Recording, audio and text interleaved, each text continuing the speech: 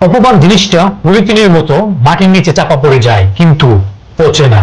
আলোর পেছনে যেমন অন্ধকার লুকিয়ে থাকে, ঠিক সেইভাবে কিছু মানুষের হাসির মধ্যে বুক ভরা কষ্ট লুকিয়ে রাখে। যাকে তুমি সবচেয়ে বেশি ভালোবাসবে সে তোমার স্মৃতি হয়ে থাকবে, সাথী হয়ে নয়।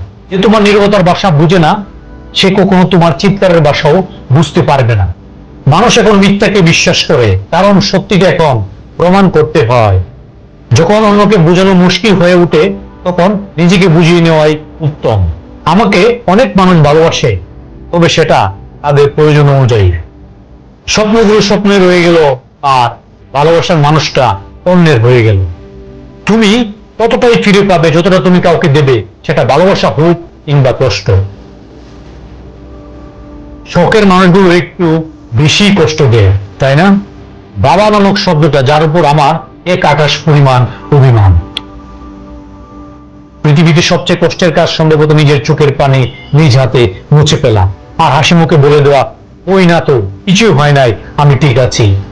যারা তাড়াতাড়ি রিপ্লাই দেয় তাদেরকে মেসেজ দেওয়ার মতো কেউ থাকে না।